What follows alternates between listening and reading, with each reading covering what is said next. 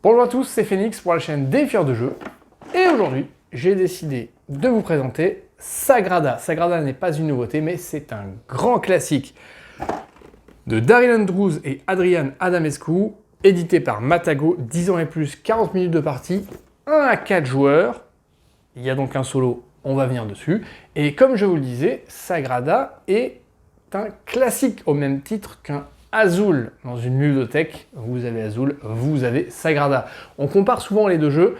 La mécanique est quand même différente, mais on peut déjà voir ici à quoi on peut les comparer, la ressemblance du thème et la ressemblance graphique. Dans Azul, vous construisez une mosaïque en piochant et en plaçant des tuiles de couleurs.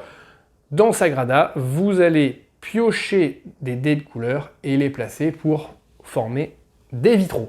Voilà, la comparaison va peut-être s'arrêter là. Alors, comment on va fonctionner dans cette vidéo? J'avais envie de vous montrer les règles en multi, parce que ça va être les mêmes pour le solo, à quelques aménagements près.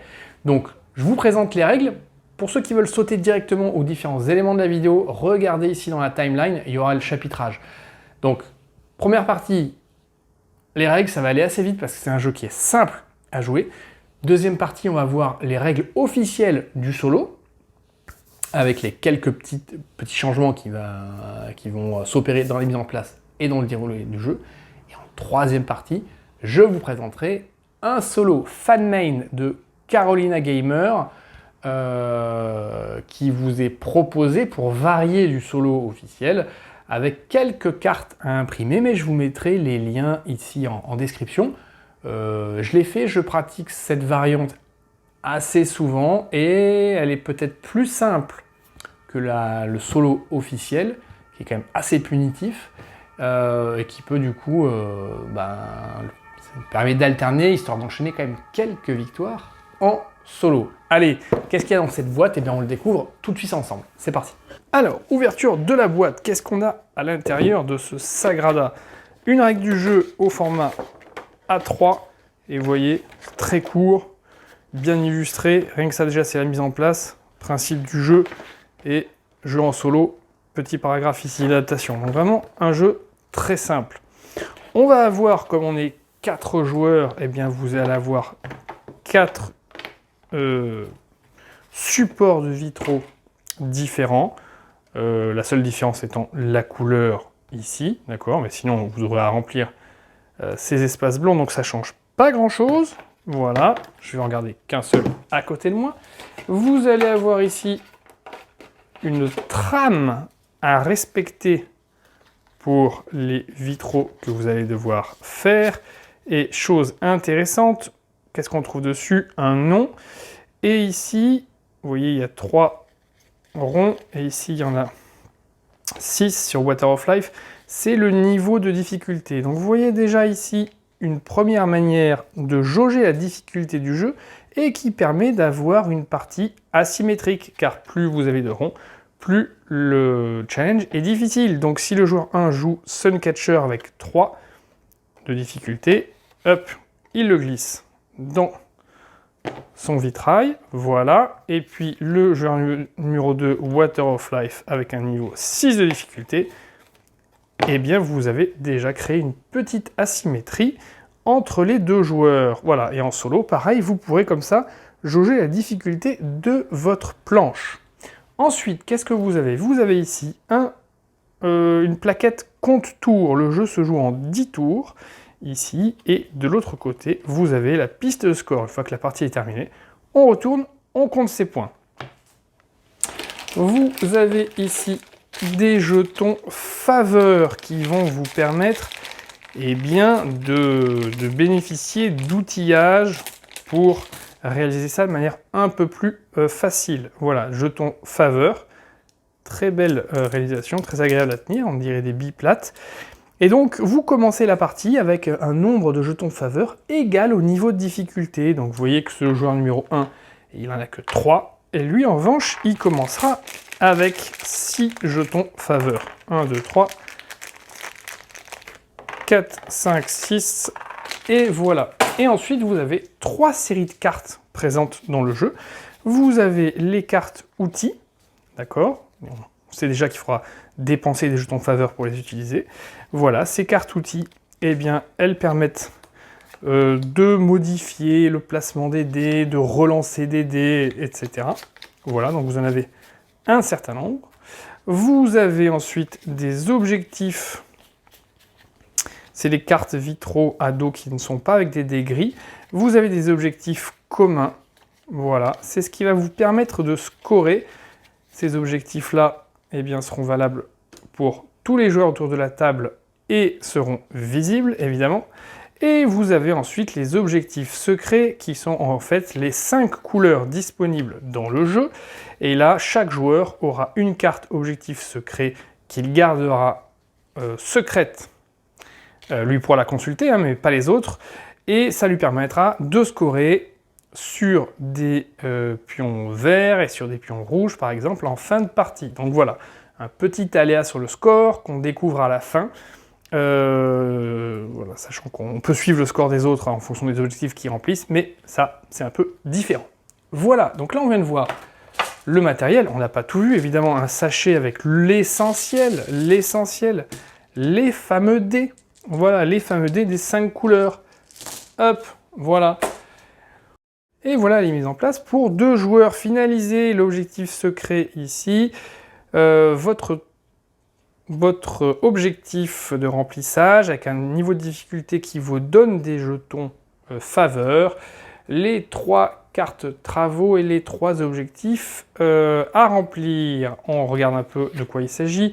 4 points par variété de couleurs, donc si vous avez 4 dés de différentes couleurs, ça vous marque 4 points, donc vous comptez combien de dés différents vous avez.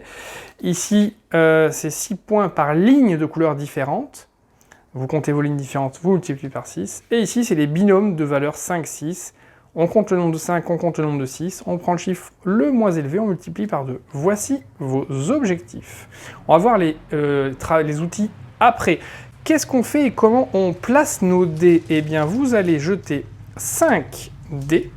1, 2, 3, 4, 5. 5 dés. Et vous allez les placer ici. 1, 2, 3, 4, 5. Et vous allez faire comme Mr. Jack, joueur 1, joueur 2, joueur 2, joueur 1. Et vous aurez joué votre première manche. Idem si vous êtes 3. 1, 2, 3, 3, 2, 1. Et vous aurez joué votre première manche. La partie se déroule sur 10 manches au total. Donc le joueur 1 commence à jouer. Eh bien, il peut prendre un dé et le positionner sur son plateau et utiliser une carte travaux dans l'ordre qu'il veut. C'est et/ou. Donc ça veut dire qu'il peut prendre un dé et s'arrêter là. Il peut prendre un dé et utiliser une carte travaux. Il peut utiliser une carte travaux et prendre un dé, ou ne pas prendre de dé. Voilà, dans l'ordre qu'on veut, l'un ou l'autre, l'un et l'autre. Mais une fois à son tour de jeu. Donc, on va imaginer qu'on ne touche pas aux cartes travaux pour l'instant. Il va prendre un dé et le placer. Quelles sont les règles de placement? La première fois, vous êtes obligé d'occuper une case sur la bordure. Tout simplement. Donc il va prendre par exemple, ici on voit que son objectif c'est le vert, mais bon, c'est un 1, c'est dommage, c'est pas grave, il va quand même le prendre, il va le mettre ici. Voilà, ça va être au joueur de jouer, lui son objectif c'est le rouge, il va prendre le 4 rouge et il va se positionner ici, par exemple. C'est à nouveau au joueur 2, et là les autres règles de placement sont les suivantes. Vous devez respecter absolument les indications du plateau, c'est-à-dire couleur et chiffres. Ici, que des dés bleus, que des dés violets, que des dés de valeur 1, 6, 5, 2, voilà, ça c'est impératif. Ensuite, quand vous placez, vous devez être adjacent à un dé déjà placé, adjacent horizontalement, verticalement ou en diagonale. Attention, si c'est horizontal ou vertical, vous n'avez pas le droit de mettre 2 dés de même valeur côte à côte, ni 2 dés de même couleur côte à côte. Donc c'est à lui de jouer, il n'a pas le droit de faire ça, parce que 2 dés rouges côte à côte, c'est interdit. Ça, en revanche, il a le droit de le faire. Et idem, on n'aurait pas pu se mettre là parce que c'est pas la bonne couleur. Et ensuite, parce que c'est 2 rouges côte à côte. Alors moi, je vais me mettre ici, tout simplement. Et puis, c'est au joueur numéro 1 de jouer. Et puis, il va prendre, par exemple, le 3 ici et le positionner à côté. Une fois que c'est fait, eh bien vous voyez qu'il vous reste un dé, il en restera toujours un parce que vous jouez 2 fois chacun, eh bien c'est le dé qui sert à compter les tours. Sa valeur n'a aucune importance en multi. Vous allez mettre un dé à chaque fois pour vous aider à compter jusqu'au 10e tour. Voilà, tout simplement. Concernant les cartes outils ici, eh bien, comment ça se passe? Au moment où c'est à vous de jouer, hop, je vais remettre ça en place, et que vous décidez d'en utiliser une, par exemple, on reprend notre... Hop, voilà, c'est toujours un de commencer, et il se dit, tiens, par exemple, ça, qu'est-ce que c'est? Après le choix du dé, replacez le dé choisi dans le sac et tirez-en un autre du sac. Choisissez sa valeur et placez ce nouveau dé en respectant toutes les contraintes de placement, ou remettez-le dans la pioche. Donc ça peut être très intéressant. Et on voit que, eh bien, c'est après le choix du dé. Donc, c'est toujours un de jouer. Il décide de prendre celui-ci, par exemple, et d'utiliser, avant de le placer, cet outillage. Donc, il doit mettre un jeton faveur dessus. La règle de base, c'est les cartes outils non utilisées, quand on veut les utiliser, ça coûte un jeton faveur. Et quand elles ont déjà été utilisées par quelqu'un, c'est-à-dire quand il y a déjà un jeton, eh bien elles coûteront 2 jetons. On peut les utiliser autant qu'on veut dans la partie, hein, mais à chaque fois, ça vous coûtera 1, et puis après 2, 2, 2, 2. Voilà. Donc là, le joueur 2, s'il veut au tour suivant réutiliser celui-là, ça lui coûtera 2. Voilà. Et donc, ça consiste en quoi? Je le prends, je le replace dans le sac, hop, j'en tire un autre au hasard, et je choisis sa valeur, et je le place, si je veux. Voilà, bon, bah par exemple, je vais dire, tiens, allez, hop, 6, parce que ça peut être ici un objectif, 6 et 5, et je place un objectif 6 ici. Voilà.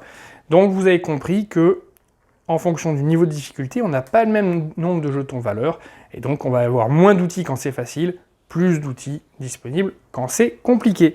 Et vous continuez comme ça la partie jusqu'à obtenir les 10 tours. Ensuite, la partie s'arrête et vous comptez vos points. Comment on compte les points? Chacun regarde combien il a marqué de score avec les objectifs communs. Chacun fait la somme de tous ces dés de couleur de son objectif secret. Plus vous rajoutez un point par jeton faveur que vous n'avez pas utilisé. Plus vous retirez un point par trou sur votre vitrail. Et vous regardez qui a gagné. Voilà, tout simplement. Allez, je vous propose maintenant de passer directement au solo. Alors, pour le solo, eh bien, vous ne prenez évidemment qu'un seul vitrail, vous n'avez pas d'adversaire virtuel qui a un vitrail, mais vous allez quand même avoir un score virtuel à battre. C'est ça qui est intéressant dans ce mode solo, c'est pas votre propre score que vous allez battre, mais c'est un score virtuel. Vous allez voir comment ça marche. Vous aurez également besoin du compte tour, parce que ça se joue également en 10 tours.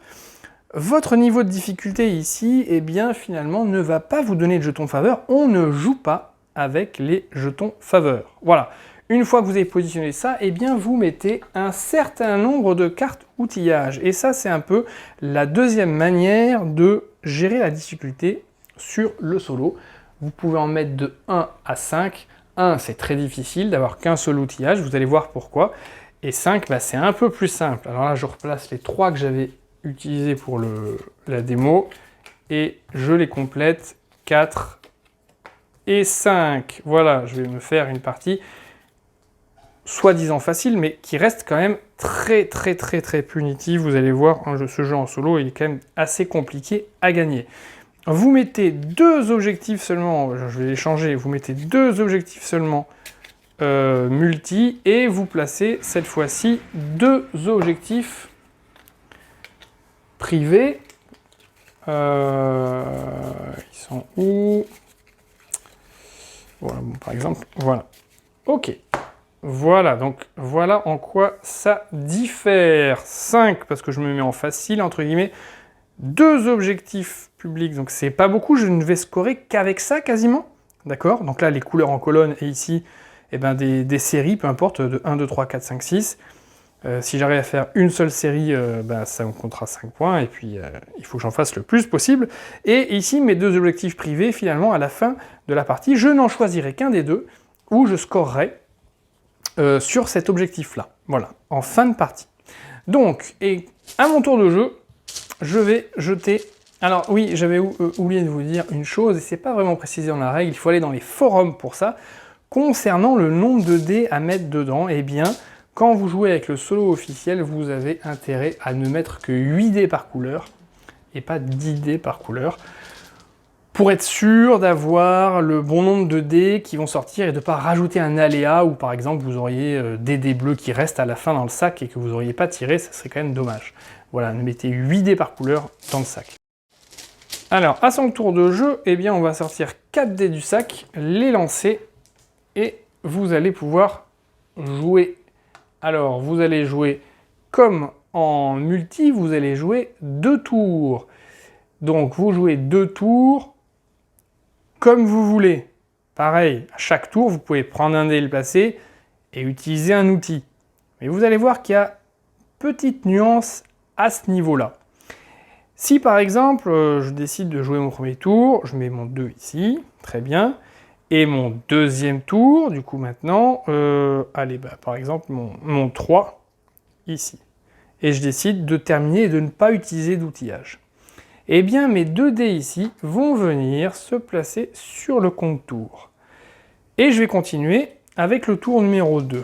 Et vous voyez que ici, je vais accumuler des dés de 0 à 2 dés à chaque fois, et que ces dés-là, eh bien, la somme de ces dés-là, ça sera l'objectif à battre.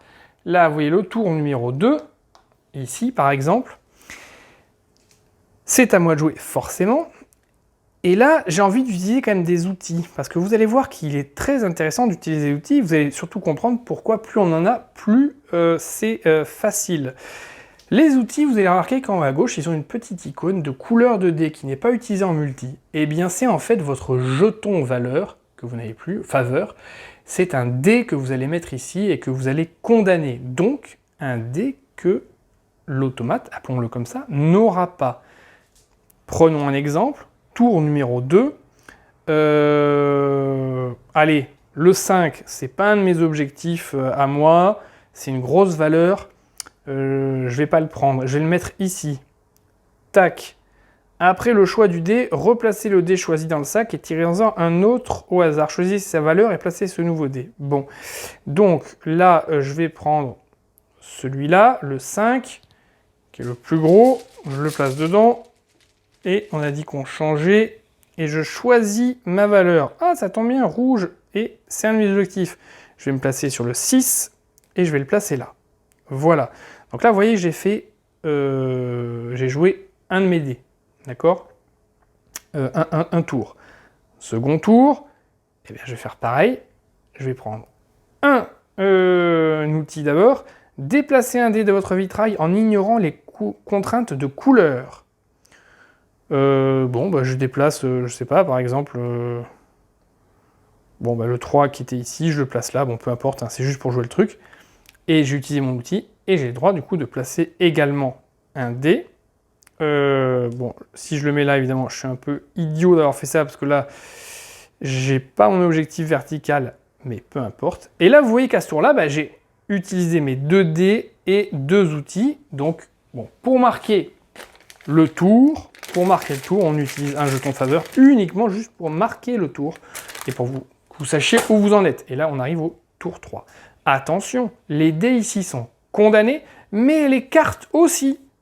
C'est pour ça que vous n'avez pas de jeton faveur pour faire la comptabilité de 1 ou 2. C'est fini, ceux-là, vous ne les utiliserez plus. C'est du one-shot. Il ne vous reste donc plus que 3 outils en 8 tours. Donc, il faut quand même bien juger quand est-ce que vous les utilisez pour leur pouvoir, mais aussi pour le sacrifice des dés que vous savez, par exemple, ne pas pouvoir placer, et qu'il faudra sacrifier pour éviter qu'ici, il y ait un score trop important. Vous continuez comme ça jusqu'au 10e tour. À la fin du 10e tour, vous sommez ici tous les dés que vous avez là. C'est l'objectif à battre.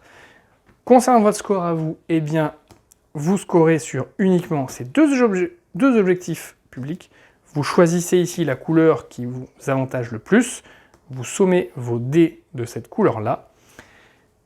Il n'y a pas de jeton faveur. En revanche, chaque trou, cette fois-ci, n'est pas -1, mais -3 points.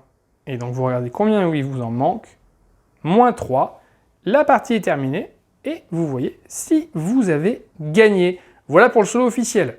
Allez, on va basculer maintenant sur le fan-made. Voilà, pour le solo fan-made de Carolina Gamer, eh bien, vous aurez besoin d'imprimer quelques éléments. Alors, vous aurez ici une petite carte d'objectif de score difficile et de score facile. Ça, c'est le scoring de l'automate. D'accord? Voilà. Et ensuite, vous voyez, moi, j'ai slivé, j'ai mis des cartes à jouer derrière et j'ai imprimé en basse résolution. De toute façon, il n'y a pas de couleur. C'est les 17 cartes qui vous donnent ici un certain ordre dans lequel il va utiliser les dés disponibles de l'automate. Donc vous voyez, il y a 17 bouts de papier à imprimer, qu'on peut cartonner ou sliver comme moi. Vous avez également, qu'est-ce que j'ai ici? Hop, les règles que j'ai plastifiées. Voilà, les règles ici du solo de l'automate, c'est juste ça. D'accord? C'est bien expliqué, c'est en anglais, mais c'est bien expliqué. Et ici, eh bien, vous avez sa piste de score, enfin son vitrail, Automa Sagradis. 1, 2, 3, 4, 5. Voilà. Donc, Automa Sagradis, hop, vous le placez comme ceci. Donc là, on revient sur un mode 2 joueurs plus classique. Donc moi, j'avais pris ici un truc Easy Peasy Japanesey, je crois, celui-là. Ouais, c'était le 3. Donc, bah du coup, hop, je me prends 3 trucs. Et lui, bah lui, on avait dit que c'était 5. Donc, bah du coup, il se prend 5 jetons faveur. Hop, voilà. Pour commencer, ensuite, on continue la mise en place comme un 2 joueurs classique, à savoir, vous mettez 1, 2, 3 objectifs communs, vous mettez 1, 2, 3 outillages, alors les cartes sont sûrement les mêmes, je n'ai pas mélangé, et vous tirez 2 cartes, enfin, une carte secrète pour vous, mais que vous pouvez regarder, et là évidemment, pardon, il ne faut pas faire ce que je viens de faire, une carte secrète pour lui, vous ne la regardez pas, vous ne la découvrirez qu'en fin de partie, c'est ce qu'il va... Attendez, excusez-moi, j'ai inversé les choses, hop, voilà, une carte secrète pour lui, et une carte pour vous, que vous connaissez évidemment. Voilà, sur les 17 cartes ici de jeu, eh bien vous n'en piochez que 10. 1, 2, 3, 4, 5, 6, 7, 8, 9, 10, parce que bah, le jeu se joue en 10 tours. Toujours, voilà, et on est parti. Donc vous commencez toujours les tours impairs à jouer, donc c'est à vous de jouer, c'est à vous de jouer, c'est à lui, puis à lui, et encore à vous. Et les tours pairs, il commence à jouer, puis vous 2 fois, puis lui 1 fois. Ça ne change absolument rien. Alors, on tire, comme en multi, 5 dés. 1, 2, 3, 4, 5. Tac, je les lance. Voilà, on les place ici. Tac, tac, tac. Et voilà. Et on commence. Donc, c'est à moi de commencer. Le classique, vert, 4, hop, c'est mon objectif privé, je vais le mettre ici, j'utilise pas pour l'instant d'outillage, c'est à lui de jouer. Alors, comment l'automate joue? Eh bien, vous tirez la première carte, ici, qui sera la carte du tour complet, et vous regardez le premier numéro, il va prendre ce dé-là, le numéro 5, 1, 2, 3, 4, 5, c'est lui, et il le place dans la colonne de sa couleur. C'est à nouveau à lui de jouer. Donc il a fait le 5, il va faire le 1. Imaginons que le 1 ait déjà été pris, hein, par exemple. Eh bien, si le 1 n'est pas disponible, on va à côté, au 4. D'accord? Donc là, le 1 est disponible, il le prend et il le place ici. Voilà, tout simplement. Et puis c'est à nouveau à moi de jouer. Et puis là, je vais jouer moi le 4 ici, que je vais placer... Alors ici ou là, c'est pas intelligent, donc je vais pas prendre le 4, je vais prendre le 2, que je vais placer comme ça, parce qu'au-dessus, je peux pas de couleurs identiques. On a terminé, et du coup, le 5e dé sert de marqueur de tour jusqu'au 10e. Comme dans le multi, ici, hein, ça ne servira pas à scorer. C'est bien lui qui va scorer son propre plateau, et vous, le vôtre. Alors, comment ça se passe pour les outils? Eh bien, pour les outils, pour vous, exactement pareil. Vous allez devoir dépenser des jetons, j'en ai que 3, pour utiliser les outils. Vous pourrez les réutiliser autant que vous aurez de jetons à dépenser. Pour lui, eh bien, vous allez voir, regardez, si je tire une autre carte, que je vous montre ça quand même, voilà, une autre carte ici, hop, imaginons que ce soit à lui de jouer. Donc on va refaire une petite mise en place avec 5 dés, 1, 2, 3, 4, 5, voilà. C'est un tour pair, donc c'est à lui de commencer à jouer, vous tirez la carte, le dé numéro 2, il prend le dé numéro 2, il le place, et vous voyez qu'ici, eh bien, 1 ou 2 jetons faveur sur la carte outil numéro 3. Pourquoi 1 ou 2 ? Parce que s'il y en a déjà un dessus, il en met 2. S'il n'en a plus assez, il met rien. Donc là, par exemple, la carte outil numéro 3, il n'y a rien, donc il en place 1. Tac. Ce qui veut dire que moi, au tour suivant, si je veux l'utiliser, il faudra que j'en place 2 et pas 1. Tout simplement. Voilà, 1 ou 2. On regarde ensuite les différentes cartes qu'on peut avoir. Sur la carte outil numéro 1, c'est la même chose. Sur la carte outil numéro 2, c'est la même chose. Voilà. Et les cartes que je n'avais pas sélectionnées, la carte outil numéro 3, numéro 2, numéro 1, et ici une carte spéciale, l'automa draft immédiatement son second dé. Voilà, donc ça permet de changer les tours. Si c'est un tour pair ou c'est lui qui commence normalement à jouer qu'un seul dé, eh bien là, il va jouer 2 dés, puis vous ensuite vous jouerez 2 dés, tout simplement. Mais là, vous voyez, je n'avais pas sélectionné cette carte-là. Donc ça se joue très facilement. Le pouvoir qui est ici ne se joue que au premier dé. Vous voyez que la carte, vous la tirez pour un tour complet, donc il va prendre 2 dés. D'accord ? La première fois qu'il le prend, il utilise le pouvoir. Le deuxième dé qu'il va prendre, il ne va pas réutiliser le pouvoir. C'est utilisé qu'une seule fois. D'accord ? Voilà, donc là, si on continue, j'avais dit quoi ? C'était lui le premier état qu'il a pris, le numéro 2, parfait. Ensuite, c'est à moi. Et je vais, par exemple, dire déplacer un dé, déplacer jusqu'à 2 dés, déplacer exactement 2 dés. Bon, ça me sert absolument à rien. Le vert, d'accord. Bon, allez, on fait ça un peu au hasard pour vous montrer comment ça fonctionne. Je mets le 4 ici, c'est encore à moi de jouer. Tac, je vais prendre le 3 que je vais mettre là. Et maintenant, c'est à lui. Donc le 2, il l'avait déjà pris. Le 5, c'est moi qui l'ai pris. Le 1 est disponible. Il le prend et il le place ici. Et ça, on marque le tour ici. Qu'est-ce qui va se passer quand, finalement, eh bien, il va y avoir une couleur remplie. Donc imaginons que j'ai mis tous les jaunes ici et que, hop, voilà, et qu'on soit dans cette configuration-là. Vous voyez, il y a ces dés-là de disponibles, et puis imaginons que ce soit à lui de jouer, il tire cette carte, c'est le dé numéro 2. Donc là, on se met en configuration, on est déjà à un tour assez avancé, d'accord ? Donc, eh bien, voilà un tour assez avancé où on est là, par exemple. C'est donc à lui, le dé numéro 2, c'est celui-là, c'est pas possible, il peut pas le prendre. Donc là, on va pas décaler, d'accord ? Parce qu'il y a un dé, il peut le prendre, mais il peut pas le placer. Donc qu'est-ce qui se passe ? Il regarde, c'est les 5 premiers emplacements qui sont importants, parce qu'il y a 5 dés par tour. On regarde le numéro 2 ici. Est-ce qu'il peut le prendre ou pas ? Si oui, à la place, eh bien, il échange le dé ici et il le place. Tout simplement. D'accord ? Et on continue. Imaginons maintenant que... Il faut que je retrouve un dé jaune. Ah, je me fais bouffer par mon chat, qui m'en veut de faire du bruit comme ça avec les dés. Ouais, attends. Bouge pas. Hop. Voilà, imaginons maintenant que j'ai été dans cette configuration-là. C'est à lui de jouer, il doit prendre le numéro 2. Ah, c'est jaune, il peut pas. Il regarde l'emplacement numéro 2. C'est jaune, il peut pas non plus.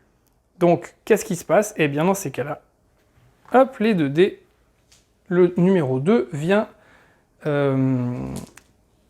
s'accumuler ici avec le numéro 2 là. Et on va continuer le tour comme ceci. D'accord ? Et donc, vous voyez qu'ici, les 1, 2, 3, 4, 5, au bout d'un moment, ben, il va y avoir de plus en plus de dés ici. Et lui, ça lui laissera le choix, éventuellement, quand c'est plein, eh bien, de prendre d'autres dés qui seront là à la place. Voilà, tout simplement. Que dire de plus ? Ben, c'est tout, hein. Ça va se jouer comme ça jusqu'à la fin. Et en fin de partie, on compte les points. Pour vous, vous connaissez, ça ne change rien. Vous comptez vos points ici, vous comptez votre objectif secret ici, plus 1 par jeton valeur, moins 1 par trou. Pour lui, c'est là où la petite carte ici intervient. En mode facile, entre guillemets, vous comptez par colonne et par ligne. Alors par colonne, d'abord, le nombre de paires. Donc par exemple, alors on va essayer de mettre en place un truc un peu, voilà, hop, voilà, voilà. Je vous mets ça en place tout de suite, j'aurais dû le faire un peu avant peut-être. Voilà, bon, admettons qu'on se soit arrêté là, évidemment, ce sera plus rempli pour lui. Toute colonne ou toute ligne qui n'est pas complète, pour lui, ne compte pas. D'accord ? Donc cette ligne-là, pardon, et cette colonne-là ne compteront pas, celle-là non plus. Donc, vous regardez toutes les colonnes et lignes complètes, et vous regardez les paires par colonne. Ici, 2, 3, 1, 4, donc il n'y a rien. Les paires, ici, 4, 2, 4, 4. Alors là, ça ne compte pas comme une paire, hein, c'est un trio. Il n'y a rien. 6, 6, 3, 2. Donc là, il y a une paire. Les paires, 4 points. Donc ça fait 4 points. 3 différents. Ben là, j'ai vu qu'il y avait 4, 4, 4. Donc ça a intervenu qu'une fois. 5 points. Donc ça fait 4 plus 5. Tous différents. Et c'était le cas de la première. 1, 2, 3, 4. Tous différents, 5 points. Donc 9 plus 5, ça fait 13 points. Et 4 of a kind, 4 identiques, 8 points. Donc là, il n'y en a pas. Et vous faites pareil pour les lignes. Combien de paires par ligne? Combien de 3 différents? 4 différents. 4 identiques, 5. 4 différents. Tous différents. 4 identiques, 5 identiques. Voilà. 4, 5, 5, 8, 10 points. Ensuite, s'il a complété sa fenêtre totalement, il n'y a aucun trou, c'est 5 points en plus. Les trous qu'il peut y avoir, vous lui comptez moins 1 par trou, hein, normalement. Les unused tokens, les jetons faveurs non utilisés, normalement, c'est-à-dire plus 1 par jeton non utilisé. Et les secrets objectifs, normalement, vous comptabilisez la somme ici de tous les rouges. Voilà. Et la seule différence avec le mode difficile, c'est que les points augmentent. Vous voyez, 4, 5, 5, 8. Là, c'est 5, 6, 7, 10. Voilà. Et le plateau complété, c'est 7 points au lieu de 5 points. Vous voyez ? Bon, tout simplement. Eh bien, c'est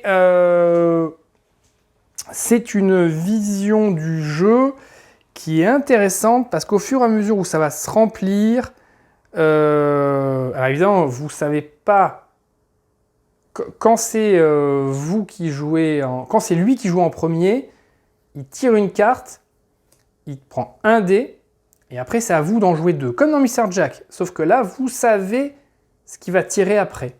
Voilà, donc c'est intéressant. C'est-à-dire qu'un coup sur 2, vous savez ce qu'il va jouer après, et donc vous pouvez éventuellement éviter peut-être des paires, des choses comme ça, bon, à voir. En fin de partie, on va vite voir. Surtout, ce que vous allez éviter, c'est qu'il complète des colonnes. Alors, vous voyez, même si c'est un 1, s'il y a un 1 jaune, je ne vais pas lui mettre, parce que je vais essayer de garder ce trou-là un maximum, parce qu'en gardant ce trou-là, cette colonne et cette ligne ne comptent pas en fin de partie. Donc du coup, évidemment, j'ai vraiment tout intérêt à lui garder, à lui prendre le 1, même si c'est un truc de merde qui, moi, ne va pas me servir. Mais il va scorer quand même beaucoup moins avec ça. Voilà, donc c'est une autre variante, une autre façon de jouer, intéressante, somme toute assez simple, mais voilà, c'est histoire de cartes qu'on retourne avec les actions qui sont marquées, ça me fait penser à l'automate de Seven Wonders Duel, Et là, j'ai trouvé ça très intéressant, le fait de pouvoir jouer à Sagrada avec un autre plateau qui se construit à côté de nous, sans vraiment de difficulté particulière dans les règles. Vous voyez, le seul truc qu'il peut y avoir de tricky, c'est quand il y a déjà 4 colonnes, 4 dés de la même couleur, on ne peut pas prendre le 5e, et donc on l'échange si on peut avec le dé du même numéro sur l'ordre des tours. 1, 2, 3, 4, 5. Voilà. Soit on peut les changer, si on ne peut pas les changer, eh bien on le stocke dedans, et puis ça fera une capacité éventuellement supplémentaire d'échange. Voilà. Voilà, c'était la vidéo sur Sagrada. Règles, automate 1, automate 2, Sagrada. Excellent jeu. Au final, vous savez pourquoi je vous l'ai présenté? Je vous ai fait une vidéo précédemment, Parlons jeu. On a abordé un petit peu tous les jeux que j'avais découverts pendant les vacances, auxquels j'ai rejoué, etc. Je ne pense pas avoir mentionné Sagrada, donc vous voyez qu'il y a déjà une pile qui commence à grandir de l'ensemble des jeux que j'ai à vous présenter. Mais Sagrada, eh bien parce qu'il fait partie d'un de mes challenges sur BGStat, une appli dans laquelle je note toutes mes parties. Et je crois que c'est un jeu que je devais jouer 20 fois. Les 20 jeux que je dois jouer 20 fois. Et j'étais arrivé à des 18 ou 19 parties. Donc du coup, j'ai refait une partie de Sagrada. Et je me suis dit, ah putain, Sagrada est quand même pas mal en fait. Ce serait bien qu'on en parle un peu de celui-là. Et notamment de cette version de Carolina Gamer, version fan-made, qui est pas mal du tout. Voilà, donc ça permet d'alterner un petit peu. La version normale, je la trouve très très punitive. J'ai dû gagner quelques parties, mais c'est assez rare, c'est vraiment vraiment punitif. Donc, qu'est-ce qu'on va faire? Et comme d'habitude, je vais vous dérouler une partie solo de la version classique, et puis je vous déroulerai une partie solo de la version fan-made, et puis on verra si j'arrive à un peu relever mes stats. Hein. Sur ce, jouez bien.